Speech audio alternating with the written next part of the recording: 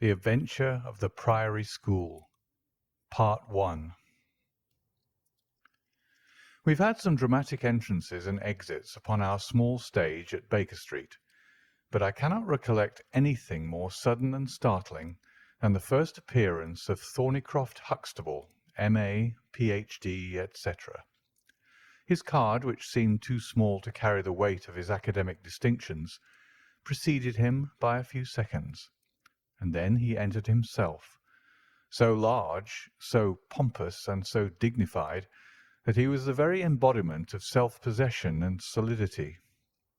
And yet his first action, when the door had closed behind him, was to stagger against the table, whence he slipped down upon the floor, and there was that majestic figure prostrate and insensible upon our bearskin hearth-rug. We had sprung to our feet, and for a few moments we stared in silent amazement at this ponderous piece of wreckage which told of some sudden and fatal storm far out on the ocean of life. Then Holmes hurried with a cushion for his head, and I with brandy for his lips. The heavy white face was seamed with lines of trouble. The hanging pouches under the closed eyes were leaden in colour. The loose mouth drooped dolorously at the corners. The rolling chins were unshaven. Collar and shirt bore the grime of a long journey, and the hair bristled unkempt from the well-shaped head. It was a sorely stricken man who lay before us. "What is it, Watson?" asked Holmes. "Absolute exhaustion, possibly mere hunger and fatigue," said I, with my finger on the thready pulse, where the stream of life trickled thin and small. "Return ticket from Mackleton in the north of England," said Holmes, drawing it from the watch pocket. "It is not 12 o'clock yet. He has certainly been an early starter." The puckered eyelids had begun to quiver, and now a pair of vacant grey eyes looked up at us. An instant later the man had scrambled on to his feet, his face crimson with shame. "Forgive this weakness, Mr. Holmes. I have been a little overwrought. Thank you. If I might have a glass of milk and a biscuit, I have no doubt that I should be better. I came personally, Mr. Holmes, in order to ensure that you would return with me. I feared that no telegram would convince you of the absolute urgency of the case." "When you are quite restored—" "I am quite well again. I cannot imagine how I came to be so weak. I wish you, Mr. Holmes, to come to Mackleton with me by the next train." My friend shook his head. "My colleague, Dr. Watson, could tell you that we are very busy at present. I am retained in this case of the Ferrers documents, and the Abergavenny murder is coming up for trial. Only a very important issue could call me from London at present." "Important?" Our visitor threw up his hands. "Have you heard nothing of the abduction of the only son of the Duke of Holdernesse?" "What, the late Cabinet Minister?" "Exactly. We had tried to keep it out of the papers, but there was some rumour in the Globe last night. I thought it might have reached your ears." Holmes shot out his long, thin arm and picked out volume H in his encyclopaedia of reference. "Holdernesse, 6th Duke, K.G., P.C. Half the alphabet. Baron Beverley, Earl of Carston. Dear me, what a list! Lord Lieutenant of Hallamshire since 1900. Married Edith, daughter of Sir Charles Appledore, 1888. Heir and only child, Lord Saltire. Owns about 250,000 acres. Minerals in Lancashire and Wales. Address, Carlton House Terrace, Holdernesse Hall, Hallamshire. Carston Castle, Bangor, Wales. Lord of the Admiralty, 1872. Chief Secretary of State for— Well, well, this man is certainly one of the greatest subjects of the Crown." "The greatest and perhaps the wealthiest. I am aware, Mr. Holmes, that you take a very high line in professional matters, and that you are prepared to work for the work's sake. I may tell you, however, that his Grace has already intimated that a cheque for £5,000 will be handed over to the person who can tell him where his son is, and another 1,000 to him who can name the man or men who have taken him." "It is a princely offer," said Holmes. "Watson, I think that we shall accompany Dr. Huxtable back to the north of England. And now, Dr. Huxtable, when you have consumed that milk, you will kindly tell me what has happened, when it happened, how it happened, and finally what Dr. Thornycroft Huxtable of the Priory School near Mackleton has to do with the matter, and why he comes 3 days after an event, the state of your chin gives the date, to ask for my humble services." Our visitor had consumed his milk and biscuits. The light had come back to his eyes and the colour to his cheeks as he set himself with great vigour and lucidity to explain the situation. "I must inform you, gentlemen, that the Priory is a preparatory school, of which I am the founder and principal. Huxtable's sidelights on Horace may possibly recall my name to your memories. The Priory is, without exception, the best and most select preparatory school in England. Lord Leverstoke, the Earl of Blackwater, Sir Cathcart Soames, they all have entrusted their sons to me, but I felt that my school had reached its zenith when weeks ago the Duke of Holdernesse sent Mr. James Wilder, his secretary, with intimation that young Lord Saltire, 10 years old, his only son and heir, was about to be committed to my charge. Little did I think that this would be the prelude to the most crushing misfortune of my life. On May 1st the boy arrived, that being the beginning of the summer term. He was a charming youth, and he soon fell into our ways. I may tell you, I trust that I am not indiscreet, but half-confidence are absurd in such a case, that he was not entirely happy at home. It is an open secret that the Duke's married life had not been a peaceful one, and the matter had ended in a separation by mutual consent, the Duchess taking up her residence in the south of France. This had occurred very shortly before, and the boy's sympathies are known to have been strongly with his mother. He moped after her departure from Holdernesse Hall, and it was for this reason that the Duke desired to send him to my establishment. In a fortnight the boy was quite at home with us, and was apparently absolutely happy. He was last seen on the night of May 13th, that is, the night of last Monday. His room was on the second floor, and was approached through another large room in which 2 boys were sleeping. These boys saw and heard nothing, so that it is certain that young Saltire did not pass out that way. His window was open, and there is a stout ivy plant leading to the ground. We could trace no footmarks below, but it is sure that this is the only possible exit. His absence was discovered at 7 o'clock on Tuesday morning. His bed had been slept in.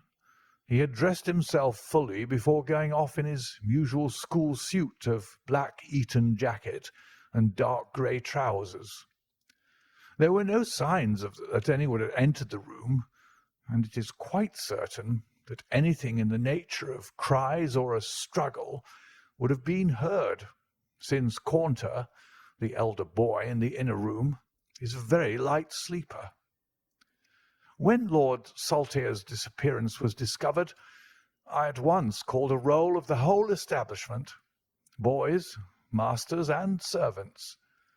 It was then that we ascertained that Lord Saltire had not been alone in his flight. Heidegger, the German master, was missing. His room was on the second floor, at the farther end of the building, facing the same way as Lord Saltier's.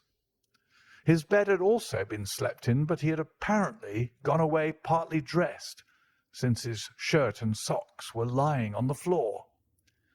He had undoubtedly let himself down by the ivy, for we could see the marks of his feet where he had landed on the lawn.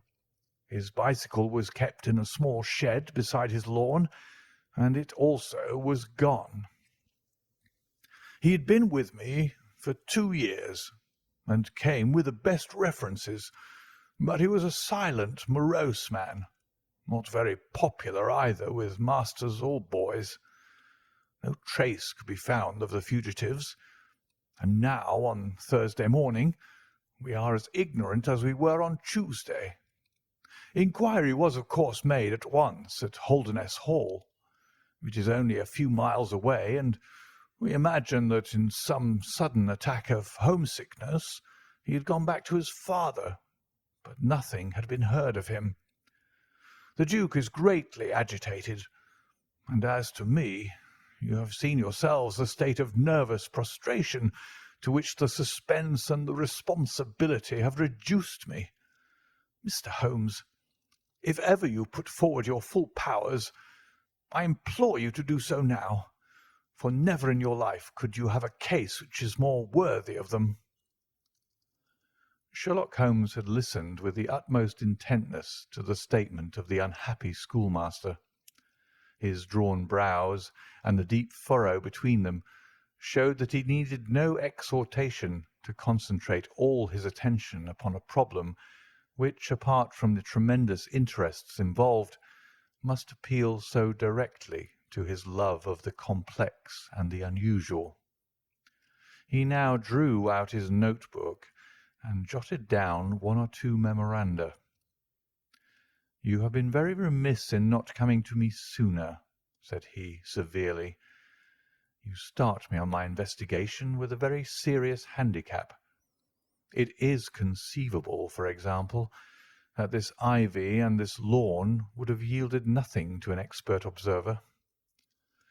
"I am not to blame, Mr. Holmes. His Grace was extremely desirous to avoid all public scandal. He was afraid of his family unhappiness being dragged before the world. He has a deep horror of anything of the kind." "But there has been some official investigation?" "Yes, sir, and it has proved most disappointing. An apparent clue was at once obtained, since a boy and a young man were reported to have been seen leaving a neighbouring station by an early train. Only last night we had news that the couple had been hunted down in Liverpool, and they proved to have no connection whatever with the matter in hand. Then it was that in my despair and disappointment, after a sleepless night, I came straight to you by the early train." "I suppose the local investigation was relaxed while this false clue was being followed up?" "It was entirely dropped." "So that 3 days have been wasted. The affair has been most deplorably handled." "I feel it and admit it." "And yet the problem should be capable of ultimate solution. I shall be very happy to look into it. Have you been able to trace any connection between the missing boy and his German master?" "None at all." "Was he in the master's class?" "No, he never exchanged a word with him so far as I know." "That is certainly very singular. Had the boy a bicycle?" "No." "Was any other bicycle missing?" "No." "Is that certain?" "Quite." "Well, now, you do not mean to seriously suggest that this German rode off upon a bicycle in the dead of the night, bearing the boy in his arms?" "Certainly not." "Then what is the theory in your mind?" "The bicycle may have been a blind. It may have been hidden somewhere and the pair gone off on foot." "Quite so. But it seems rather an absurd blind, does it not? Were there other bicycles in this shed?" "Several." "Would he not have hidden a couple had he desired to give the idea that they had gone off upon them?" "I suppose he would." "Of course he would. The blind theory won't do. But the incident is an admirable starting point for an investigation. After all, a bicycle is not an easy thing to conceal or to destroy. One other question. Did anyone call to see the boy on the day before he disappeared?" "No." "Did he get any letters?" "Yes, one letter." "From whom?" "From his father." "Do you open the boy's letters?" "No." "How do you know it was from the father?" "The coat of arms was on the envelope, and it was addressed in the Duke's peculiarly stiff hand. Besides, the Duke remembers having written." "When had he a letter before that?" "Not for several days." "Had he ever one from France?" "No, never." "You see the point of my questions, of course. Either the boy was carried off by force, or he went of his own free will. In the latter case you would expect that some prompting from outside would be needed to make so young a lad do such a thing. If he has had no visitors, that prompting must have come in letters. Hence I try to find out who were his correspondents." "I fear I cannot help you much. His only correspondent, so far as I know, was his own father." "Who wrote to him on the very day of his disappearance. Were the relations between father and son very friendly?" "His Grace is never very friendly with anyone. He is completely immersed in large public questions, and is rather inaccessible to all ordinary emotions. But he was always kind to the boy in his own way." "But the sympathies of the latter were with the mother." "Yes." "Did he say so?" "No." "The Duke, then?" "Good heaven, no." "Then how could you know?" "I have had some confidential talks with Mr. James Wilder, his Grace's secretary. It was he who gave me the information about Lord Saltire's feelings." "I see. By the way, that last letter of the Duke's, was it found in the boy's room after he was gone?" "No, he had taken it with him. I think, Mr. Holmes, it is time that we were leaving for Euston." "I will order a four-wheeler. In a quarter of an hour we shall be at your service. If you are telegraphing home, Mr. Huxtable, it would be well to allow the people in your neighbourhood to imagine that the inquiry is still going on in Liverpool or wherever else that red herring led your pack. In the meantime, I will do a little quiet work at your own doors, and perhaps the scent is not so cold but that two old hounds like Watson and myself may get a sniff of it." That evening found us in the cold, bracing atmosphere of the Peak country, in which Dr. Huxtable's famous school is situated. It was already dark when we reached it. A card was lying on the hall table, and the butler whispered something to his master, who turned to us with agitation in every heavy feature. "The Duke is here," said he. "The Duke and Mr. Wilder are in the study. Come, gentlemen, and I will introduce you." I was, of course, familiar with the pictures of the famous statesman, but the man himself was very different from his representation. He was a tall and stately person, scrupulously dressed, with a drawn, thin face, and a nose which was grotesquely curved and long. His complexion was of a dead pallor, which was more startling by contrast with a long, dwindling beard of vivid red, which flowed down over his white waistcoat with his watch chain gleaming through its fringe. Such was the stately presence who looked stonily at us from the centre of Dr. Huxtable's hearth-rug. Beside him stood a very young man, whom I understood to be Wilder, the private secretary. He was small, nervous, alert, with intelligent light blue eyes and mobile features. It was he who at once, in an incisive and positive tone, opened the conversation. "I called this morning, Dr. Huxtable, too late to prevent you from starting to London. I learned that your object was to invite Mr. Sherlock Holmes to undertake the conduct of this case. His Grace is surprised, Dr. Huxtable, that you should have taken such a step without consulting him." "When I learned that the police had failed—" "His Grace is by no means convinced that the police have failed." "But surely, Mr. Wilder—" "You are well aware, Dr. Huxtable, that his Grace is particularly anxious to avoid all public scandal. He prefers to take as few people as possible into his confidence." "The matter can be easily remedied," said the browbeaten doctor. "Mr. Sherlock Holmes can return to London by the morning train." "Hardly that, Doctor, hardly that," said Holmes in his blandest voice. "This northern air is invigorating and pleasant. So I propose to spend a few days upon your moors, and to occupy my mind as best I may.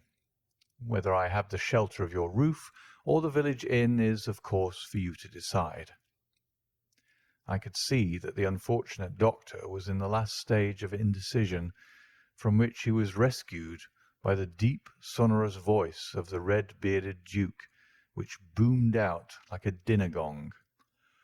"I agree with Mr. Wilder, Dr. Huxtable, that you have done wisely to consult me. But since Mr. Holmes has already been taken into your confidence, it would indeed be absurd that we should not avail ourselves of his services. Far from going to the inn, Mr. Holmes, I should be pleased if you would come and stay with me at Holderness Hall." "I thank your Grace. For the purposes of my investigation, I think that it would be wiser for me to remain at the scene of the mystery." "Just as you like, Mr. Holmes. Any information which Mr. Wilder or I can give you is, of course, at your disposal." "It will probably be necessary for me to see you at the Hall," said Holmes. "I would only ask you now, sir, whether you have formed any explanation in your own mind as to the mysterious disappearance of your son." "No, sir, I have not." "Excuse me if I allude to that which is painful to you, but I have no alternative. Do you think that the Duchess had anything to do with the matter?" The great minister showed perceptible hesitation. "I do not think so," he said at last. "The other most obvious explanation is that the child has been kidnapped for the purpose of levying ransom. You have not had any demand of the sort?" "No, sir." "One more question, your Grace.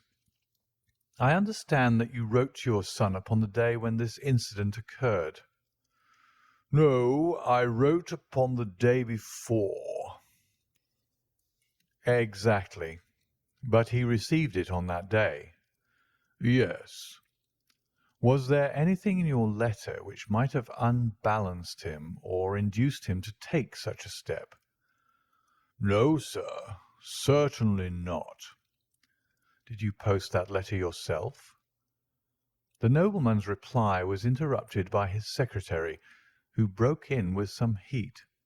"His Grace is not in the habit of posting letters himself," said he. "This letter was laid with others upon the study table, and I myself put them in the post-bag."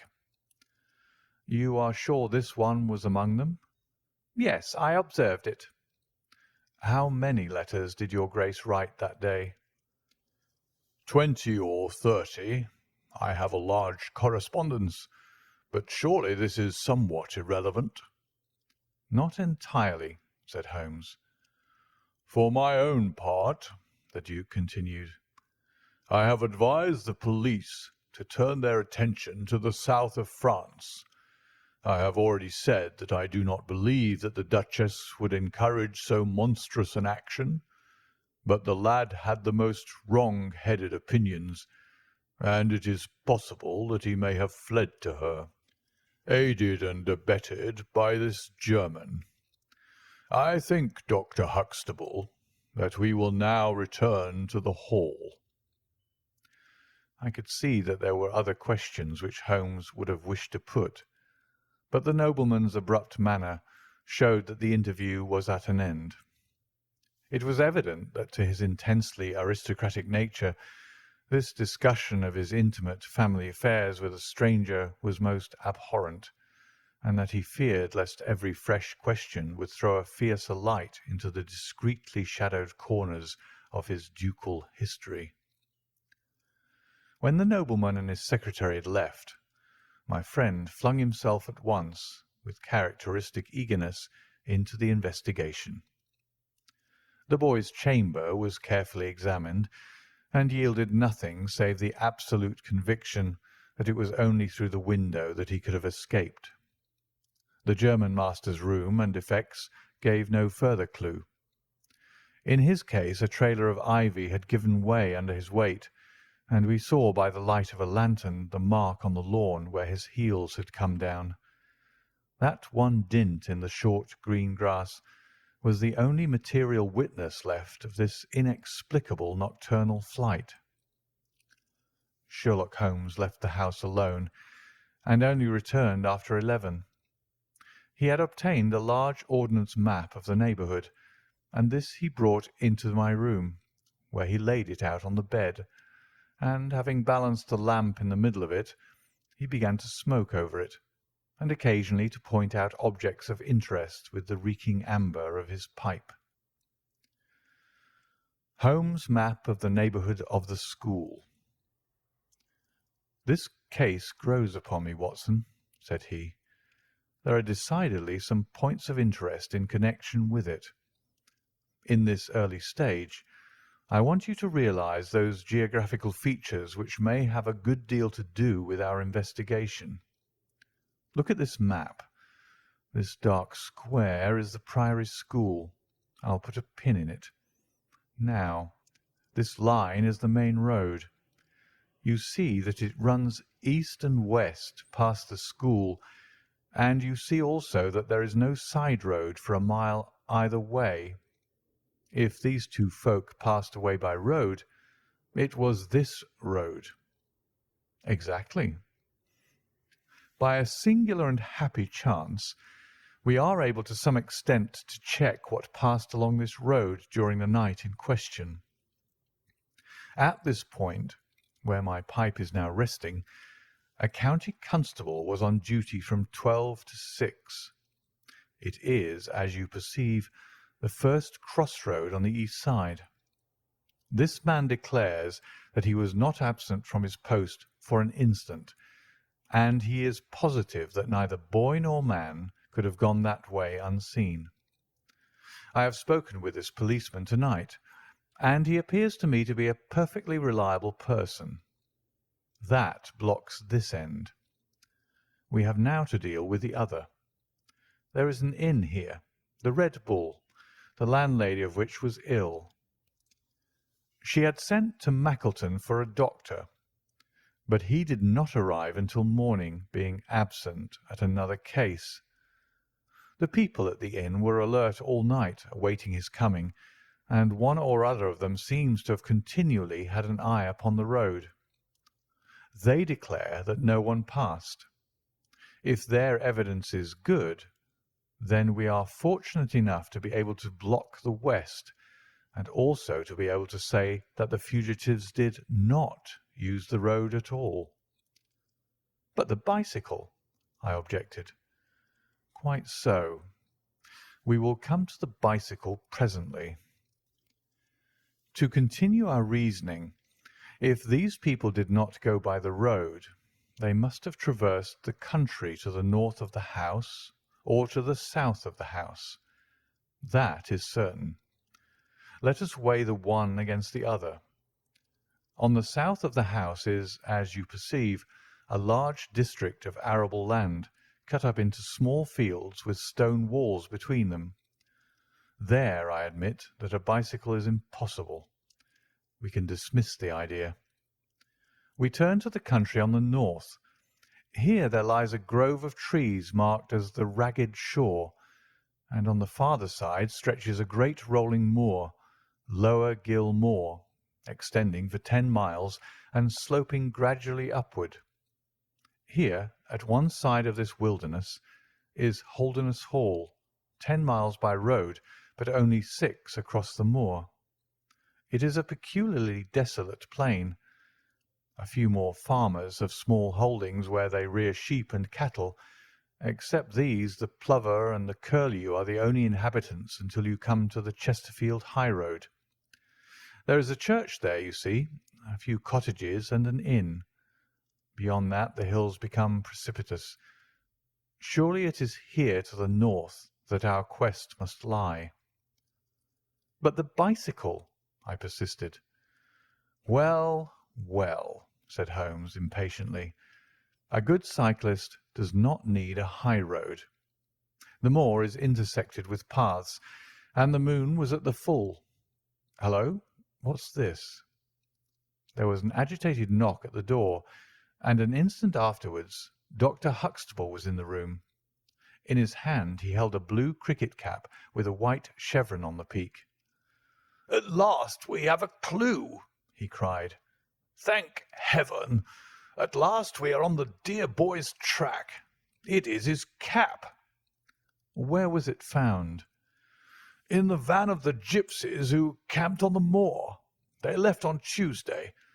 To-day the police traced them down and examined their caravan. This was found."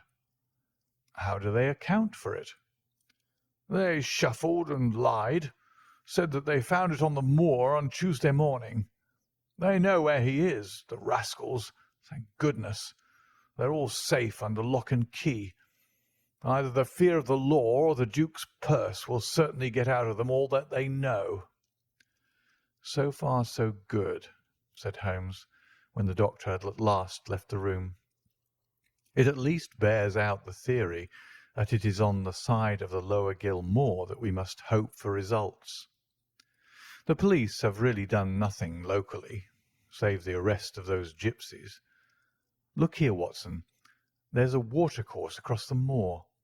You see it marked here in the map. In some parts it widens into a morass. This is particularly so in the region between Holderness Hall and the school. It is vain to look elsewhere for tracks in this dry weather, but at that point there is certainly a chance of some record being left. I will call you early tomorrow morning, and you and I will try if we can throw some light upon the mystery." The day was just breaking when I woke to find the long, thin form of Holmes by my bedside. He was fully dressed, and had apparently already been out. "I have done the lawn and the bicycle shed," said he. "I have also had a rumble through the Ragged Shore. Now, Watson, there is cocoa ready in the next room. I must beg you to hurry, for we have a great day before us." His eyes shone, and his cheek was flushed with the exhilaration of the master workman who sees his work lie ready before him. A very different Holmes, this active, alert man, from the introspective and pallid dreamer of Baker Street. I felt, as I looked upon that supple figure, alive with nervous energy, that it was indeed a strenuous day that awaited us. And yet it opened in the blackest disappointment. With high hopes we struck across the peaty russet moor, intersected with 1,000 sheep paths, until we came to the broad light green belt which marked the morass between us and Holderness. Certainly if the lad had gone homeward, he must have passed this, and he could not pass it without leaving his traces. But no sign of him or the German could be seen. With a darkening face, my friend strode along the margin, eagerly observant of every muddy stain upon the mossy surface. Sheep marks there were in profusion, and at one place, some miles down, cows had left their tracks. Nothing more. "Check number 1," said Holmes, looking gloomily over the rolling expanse of the moor. "There is another morass down yonder, and a narrow neck between. Hallo! Hallo! Hallo! What have we here?" We had come on a small black ribbon of pathway. In the middle of it, clearly marked on the sodden soil, was the track of a bicycle. "Hurrah!" I cried. "We have it." But Holmes was shaking his head, and his face was puzzled and expectant rather than joyous. "A bicycle, certainly, but not the bicycle," said he. "I am familiar with 42 different impressions left by tyres. This, as you perceive, is a Dunlop, with a patch upon the outer cover. Heidegger's tyres were Palmer's, leaving longitudinal stripes. Aveling, the mathematical master, was sure upon the point. Therefore it is not Heidegger's track." "The boy's, then?" "Possibly, if we could prove a bicycle to have been in his possession.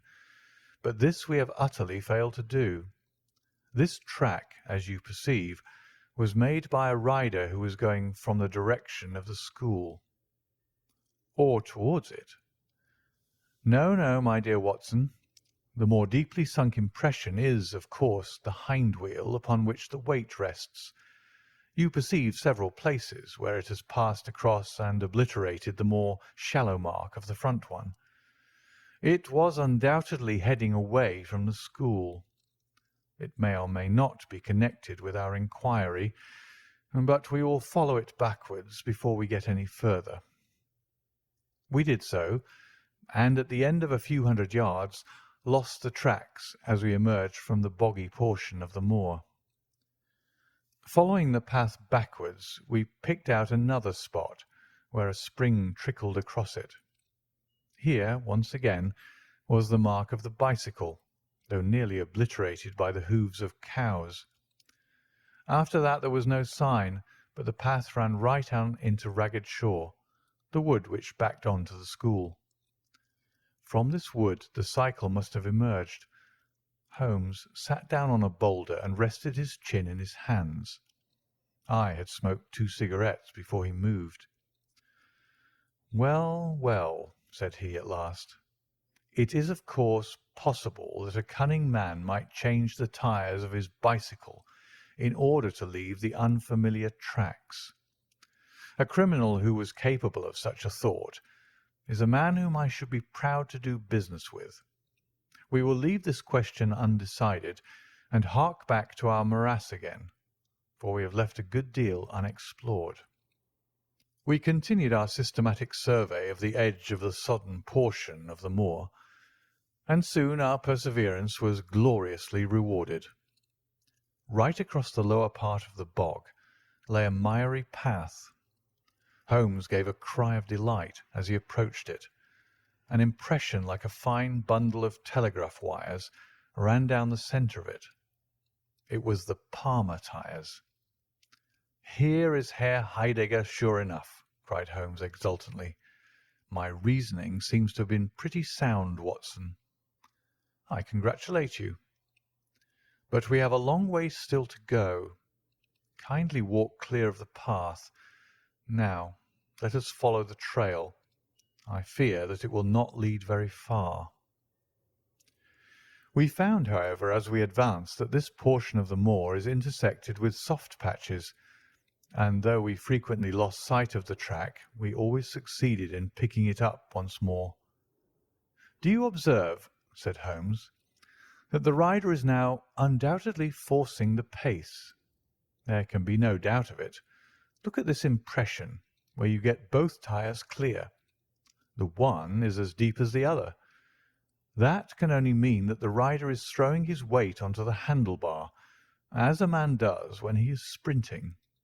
By Jove, He's had a fall." There was a broad irregular smudge covering some yards of the track. Then there were a few footmarks, and the tyre reappeared once more. "A side slip," I suggested. Holmes held up a crumpled branch of flowering gorse. To my horror, I perceived that the yellow blossoms were all dabbed with crimson. On the path, too, and among the heather, were dark stains of clotted blood. "Bad," said Holmes. "Bad. Stand clear, Watson. Not an unnecessary footstep. What do I read here? He fell wounded. He stood up. He remounted. He proceeded. But there is no other track. Cattle on this side path. He was surely not gored by a bull. Impossible. But I see no traces of anyone else. We must push on, Watson. Surely with stains as well as the track to guide us, he cannot escape us now." Our search was not a very long one. The tracks of the tyre began to curve fantastically upon the wet and shining path. Suddenly, as I looked ahead, the gleam of metal caught my eye from amid the thick gorse bushes.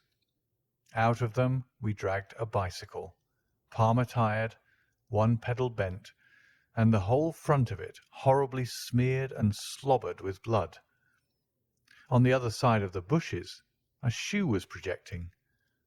We ran round, and there lay the unfortunate rider. He was a tall man, full-bearded, with spectacles, one glass of which had been knocked out. The cause of his death was a frightful blow upon the head, which had crushed in part of his skull. That he could have gone on after receiving such an injury said much for the vitality and courage of the man. He wore shoes but no socks, and his open coat disclosed a nightshirt beneath it. It was undoubtedly the German master. Holmes turned the body over reverently and examined it with great attention.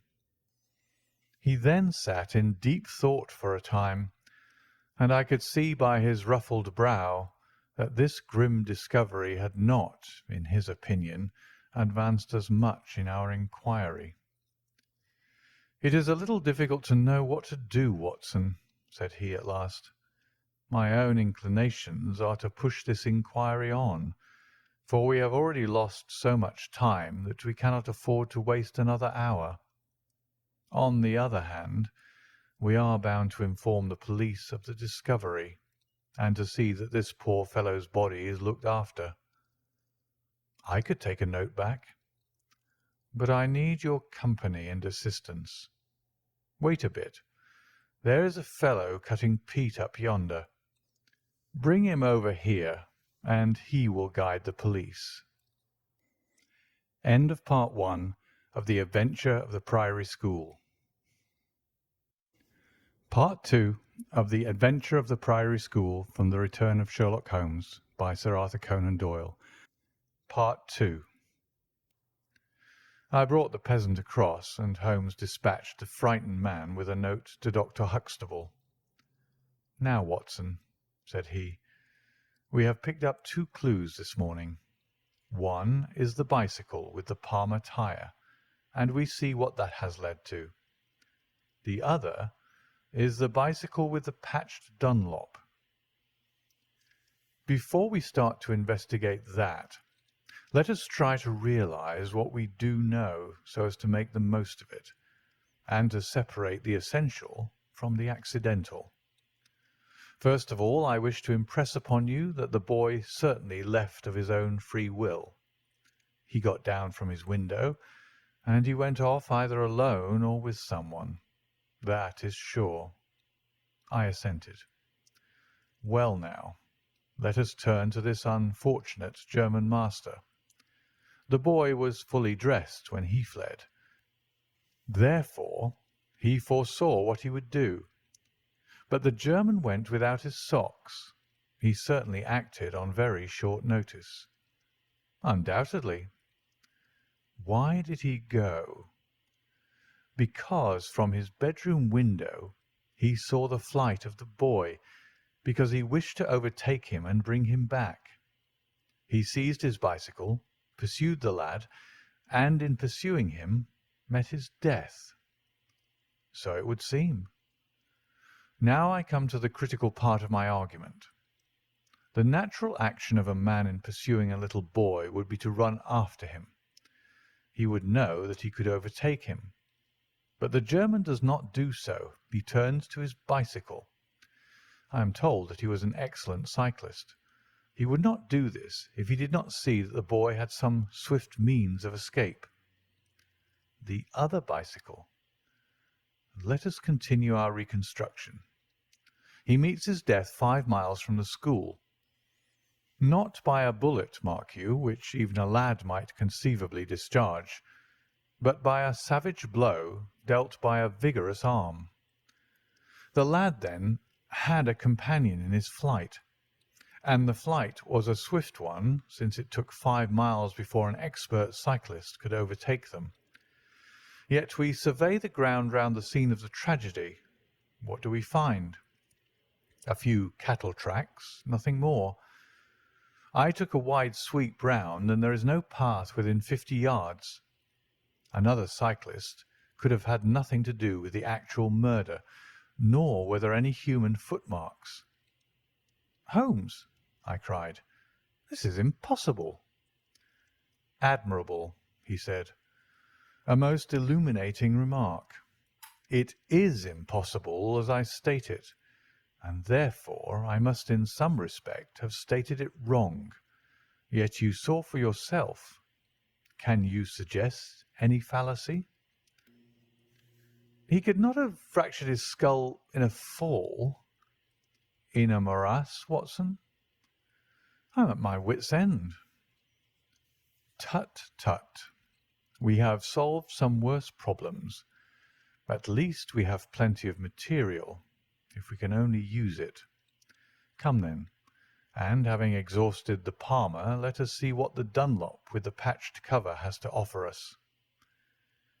We picked up the track and followed it onward for some distance, but soon the moor rose into a long, heather-tufted curve, and we left the watercourse behind us.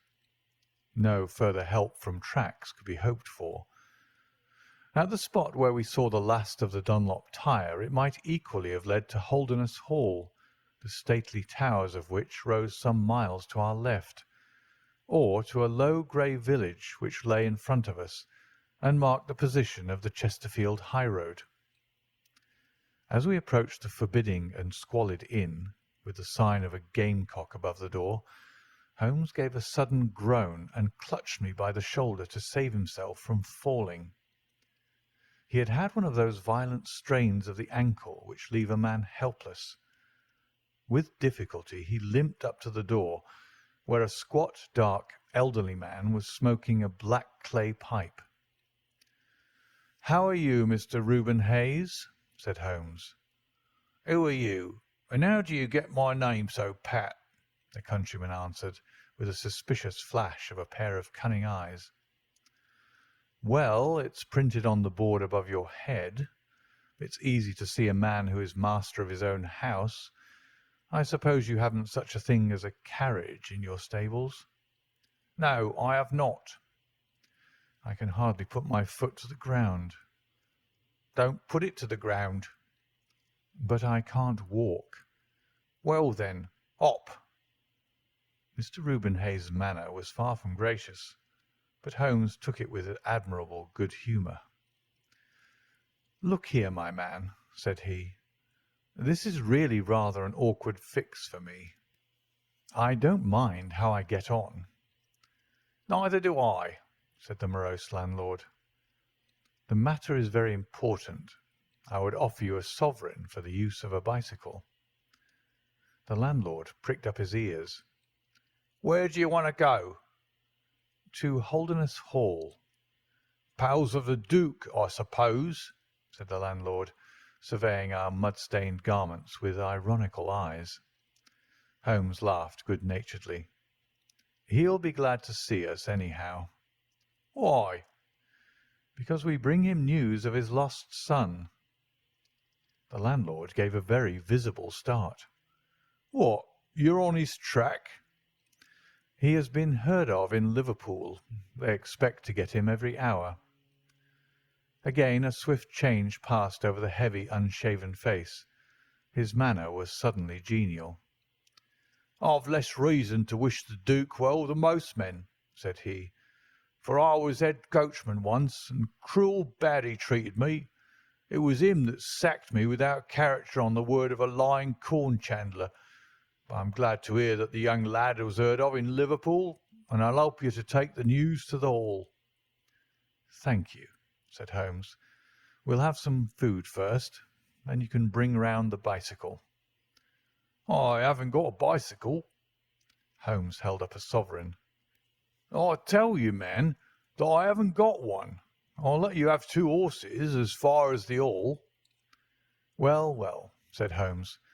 "We'll talk about it when we've had something to eat."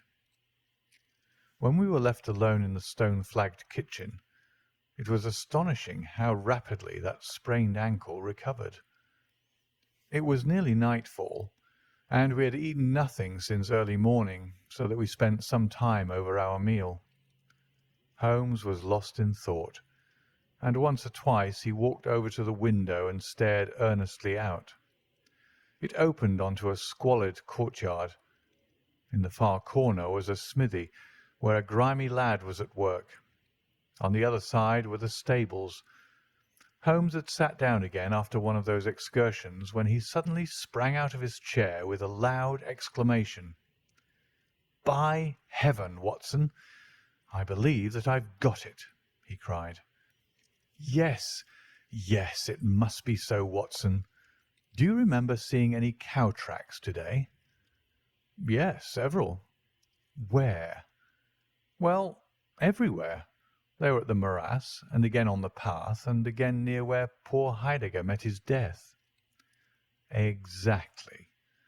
Well now, Watson, how many cows did you see on the moor?" "I don't remember seeing any." "Strange, Watson, that we should see tracks all along our line, but never a cow on the whole moor. Very strange, Watson, eh?" "Yes, it is strange." "Now, Watson, make an effort. Throw your mind back. Can you see those tracks upon the path?" "Yes, I can." "Can you recall that the tracks were sometimes like that, Watson?"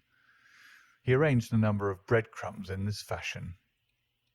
"And sometimes like this, and occasionally like this. Can you remember that?" "No, I cannot." "But I can. I could swear to it. However, we will go back at our leisure and verify it. What a blind beetle I have been not to draw my conclusion." "And what is your conclusion?" "Only that it is a remarkable cow which walks, canters, and gallops. By George, Watson, it was no brain of a country publican that thought out such a blind as that." "The coast seems to be clear, save for that lad in the smithy. Let us slip out and see what we can see." There were 2 rough-haired, unkempt horses in the tumble-down stable. Holmes raised the hind leg of one of them and laughed aloud. "Old shoes, but newly shod. Old shoes, but new nails. This case deserves to be a classic. Let us go across to the smithy." The lad continued his work without regarding us. I saw Holmes's eyes darting to right and left among the litter of iron and wood which was scattered above the floor. Suddenly, however, we heard a step behind us, and there was the landlord, his heavy eyebrows drawn over his savage eyes, his swarthy features convulsed with passion. He held a short, metal-headed stick in his hand, and he advanced in so menacing a fashion that I was right glad to feel the revolver in my pocket. "You infernal spies!" the man cried. "What are you doing here?" "Why, Mr. Reuben Hayes," said Holmes coolly, "one might think that you were afraid of our finding something out." The man mastered himself with a violent effort, and his grim mouth loosened into a false laugh, which was more menacing than his frown. "You're welcome to all you can find out in my smithy," said he. "But look here, mister, I don't care for folk poking about my place without my leave, so the sooner you pay your score and get out of this, the better I shall be pleased." "All right, Mr. Hayes, no harm meant," said Holmes. "We have been having a look at your horses, but I think I'll walk after all. It's not far, I believe." "Not more than 2 miles to the Allgates. That's the road to the left." He watched us with sullen eyes until we had left his premises. We did not go very far along the road, for Holmes stopped the instant that the curve hid us from the landlord's view. "We were warm, as the children say at that inn," said he. "I seem to grow colder every step that I take away from it. No, no, I can't possibly leave it." "I'm convinced," said I, "that this Reuben Hayes knows all about it. A more self-evident villain I never saw."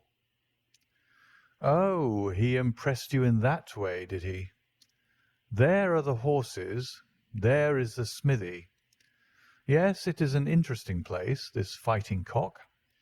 I think we shall have another look at it in an unobtrusive way."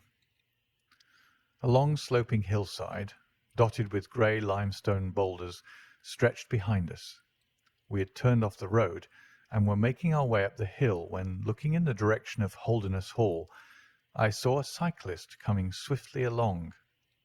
"Get down, Watson," cried Holmes with a heavy hand upon my shoulder. We had hardly sunk from view when the man flew past us on the road amid a rolling cloud of dust.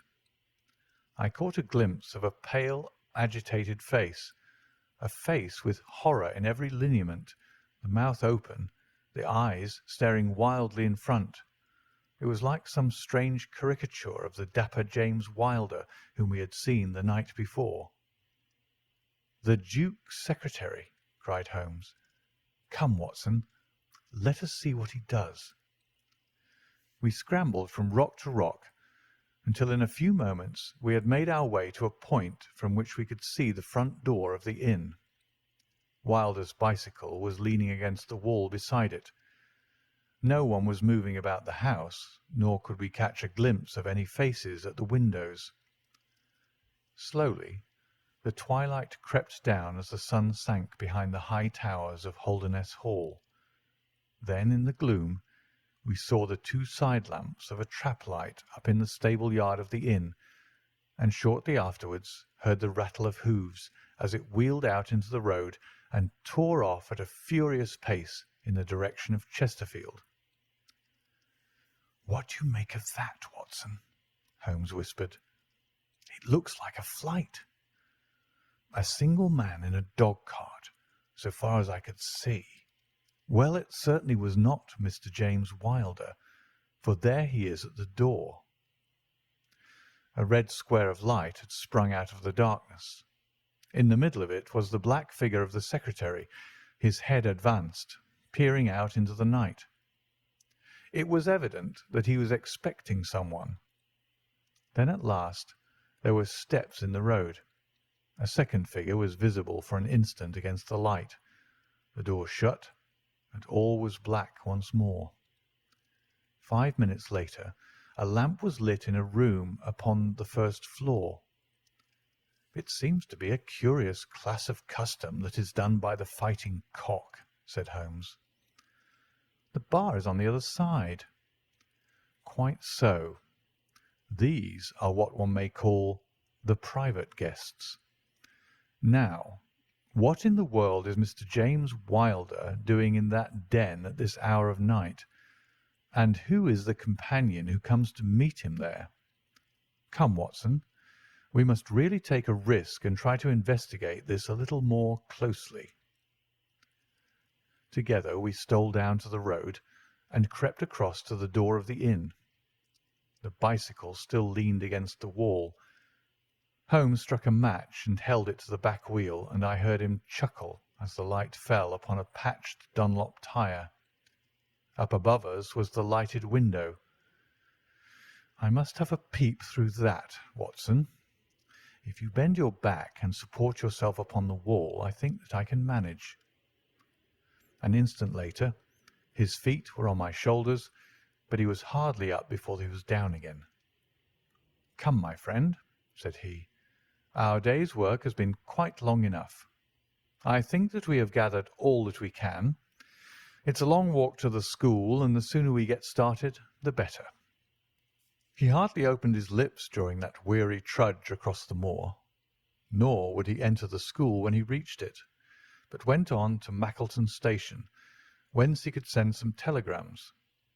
Late at night I heard him consoling Dr. Huxtable, prostrated by the tragedy of his master's death, and later still he entered my room as alert and vigorous as he had been when he started in the morning.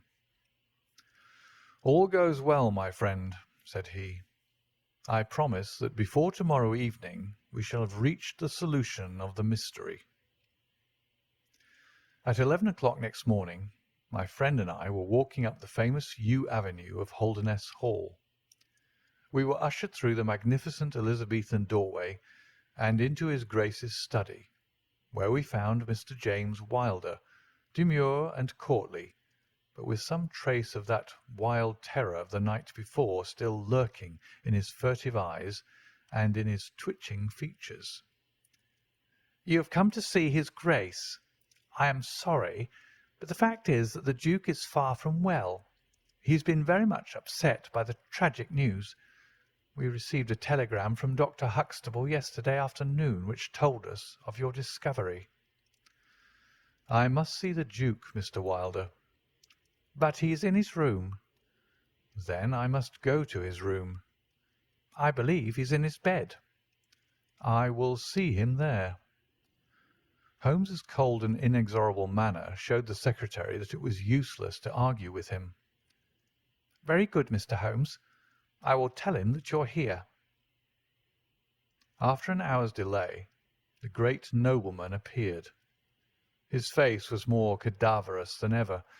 His shoulders had rounded, and he seemed to me to be an altogether older man than he had been the morning before. He greeted us with a stately courtesy, and seated himself at his desk, his red beard streaming down on the table. "Well, Mr. Holmes," said he, but my friend's eyes were fixed upon the secretary, who stood by his master's chair. "I think, your Grace, that I could speak more freely in Mr. Wilder's absence." The man turned a shade paler and cast a malignant glance at Holmes.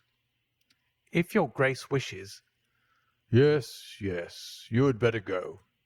Now, Mr. Holmes, what have you to say?" My friend waited until the door had closed behind the retreating secretary.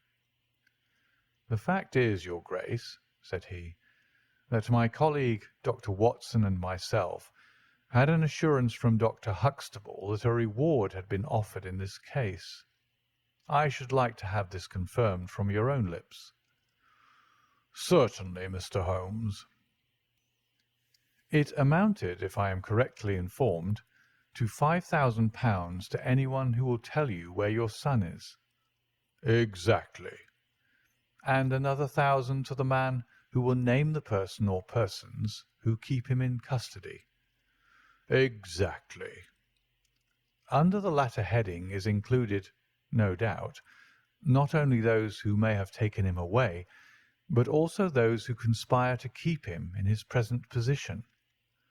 "Yes, yes," cried the Duke impatiently. "If you do your work well, Mr. Sherlock Holmes, you will have no reason to complain of niggardly treatment." My friend rubbed his thin hands together with an appearance of avidity which was a surprise to me, who knew his frugal tastes. "I fancy that I see your Grace's cheque-book upon the table," said he. "I should be glad if you would make me out a cheque for £6,000. It would be as well, perhaps, for you to cross it. The Capital and Counties Bank, Oxford Street branch, are my agents." His Grace sat very stern and upright in his chair, and looked stonily at my friend. "Is this a joke, Mr. Holmes? It is hardly a subject for pleasantry." "Not at all, your Grace. I was never more earnest in my life." "What do you mean, then?" "I mean that I have earned the reward. I know where your son is, and I know some, at least, of those who are holding him." The Duke's beard had turned more aggressively red than ever against his ghastly white face. "Where is he?" "He is, or was last night, at the Fighting Cock Inn, about 2 miles from your park gate." The Duke fell back in his chair. "And whom do you accuse?" Sherlock Holmes's answer was an astounding one. He stepped swiftly forward and touched the Duke upon the shoulder. "I accuse you," said he. "And now, your Grace, I'll trouble you for that cheque." Never shall I forget the Duke's appearance as he sprang up and clawed with his hands like one who is sinking into an abyss. Then, with an extraordinary effort of aristocratic self-command, he sat down and sank his face in his hands. It was some minutes before he spoke. "How much do you know?" he asked at last, without raising his head. "I saw you together last night." "Does anyone else besides your friend know?" "I have spoken to no one." The Duke took a pen in his quivering fingers and opened his cheque-book. "I shall be as good as my word, Mr. Holmes. I am about to write your cheque. However unwelcome the information which you have gained may be to me.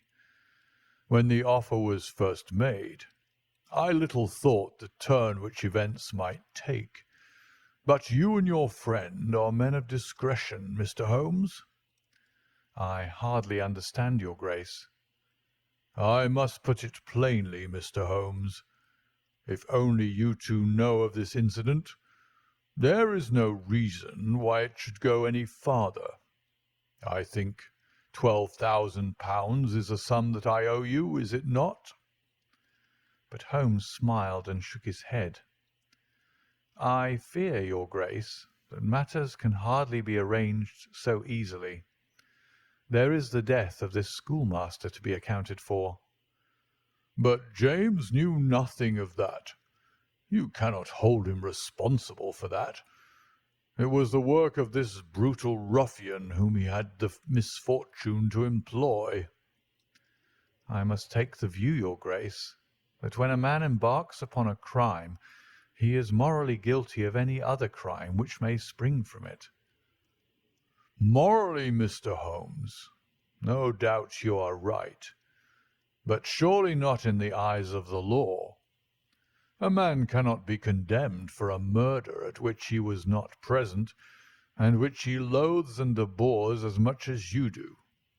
The instant that he heard of it he made a complete confession to me, so filled was he with horror and remorse. He lost not an hour in breaking entirely with the murderer. Oh, Mr. Holmes, you must save him. You must save him. I tell you that you must save him." The Duke had dropped the last attempt at self-command and was pacing the room with a convulsed face and with his clenched hands raving in the air. At last he mastered himself and sat down once more at his desk. "I appreciate your conduct in coming here before you spoke to anyone else," said he. "At least we have to take counsel how far we can minimize this hideous scandal." "Exactly," said Holmes. "I think, your Grace, that this can only be done by absolute frankness between us. I am disposed to help your Grace to the best of my ability, but in order to do so, I must understand to the last detail how the matter stands. I realise that your words applied to Mr. James Wilder, and that he is not the murderer." "No, the murderer has escaped." Sherlock Holmes smiled demurely. "Your Grace can hardly have heard of any small reputation which I possess, or you would not imagine that it is so easy to escape me. Mr. Reuben Hayes was arrested at Chesterfield on my information at 11 o'clock last night. I had a telegram from the head of the local police before I left the school this morning." The Duke leaned back in his chair and stared with amazement at my friend. "You seem to have powers that are hardly human," said he. "So, Reuben Hayes is taken. I'm right glad to hear it, if it will not react upon the fate of James." "Your secretary?" "No, sir. My son." It was Holmes's turn to look astonished. "I confess that this is entirely new to me, your Grace. I must beg you to be more explicit." "I will conceal nothing from you. I agree with you that complete frankness, however painful it may be to me, is the best policy in this desperate situation to which James's folly and jealousy have reduced us. When I was a very young man, Mr. Holmes, I loved with such a love as comes only once in a lifetime. I offered the lady marriage, but she refused it on the grounds that such a match might mar my career. Had she lived, I would certainly never have married anyone else. She died and left this one child whom for her sake I have cherished and cared for. I could not acknowledge the paternity to the world, but I gave him the best of educations, and since he came to manhood, I have kept him near my person.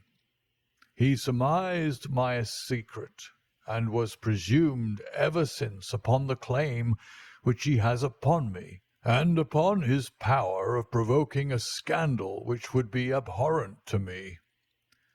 His presence had something to do with the unhappy issue of my marriage.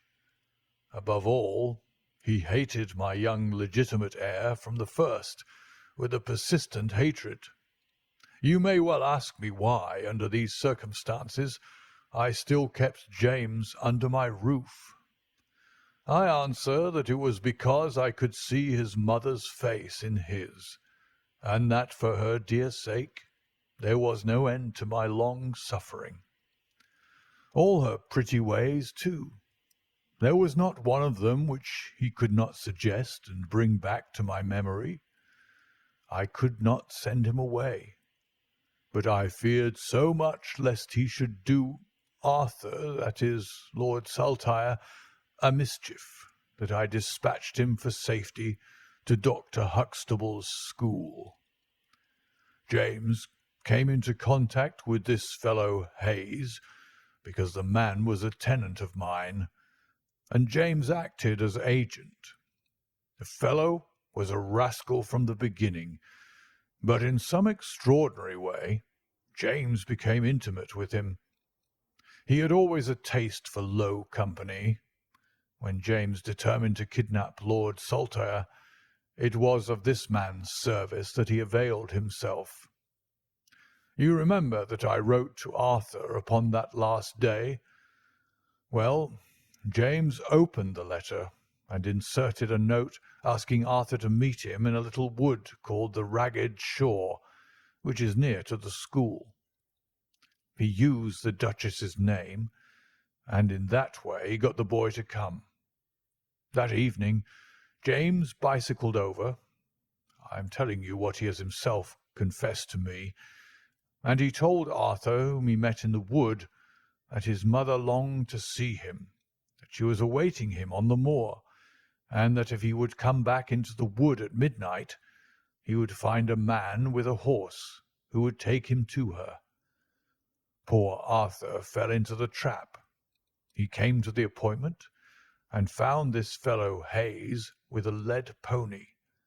Arthur mounted, and they set off together. It appears, though this James only heard yesterday, that they were pursued, that Hayes struck the pursuer with his stick, and that the man died of his injuries. Hayes brought Arthur to his public house, the Fighting Cock, where he was confined in an upper room under the care of Mrs. Hayes, who is a kindly woman, but entirely under the control of her brutal husband. Well, Mr. Holmes, that was the state of affairs when I first saw you 2 days ago. I had no more idea of the truth than you. You will ask me what was James's motive in doing such a deed. I answer that there was a great deal which was unreasoning and fanatical in the hatred which he bore my heir. In his view, he should himself have been heir of all my estates, and he deeply resented those social laws which made it impossible. At the same time,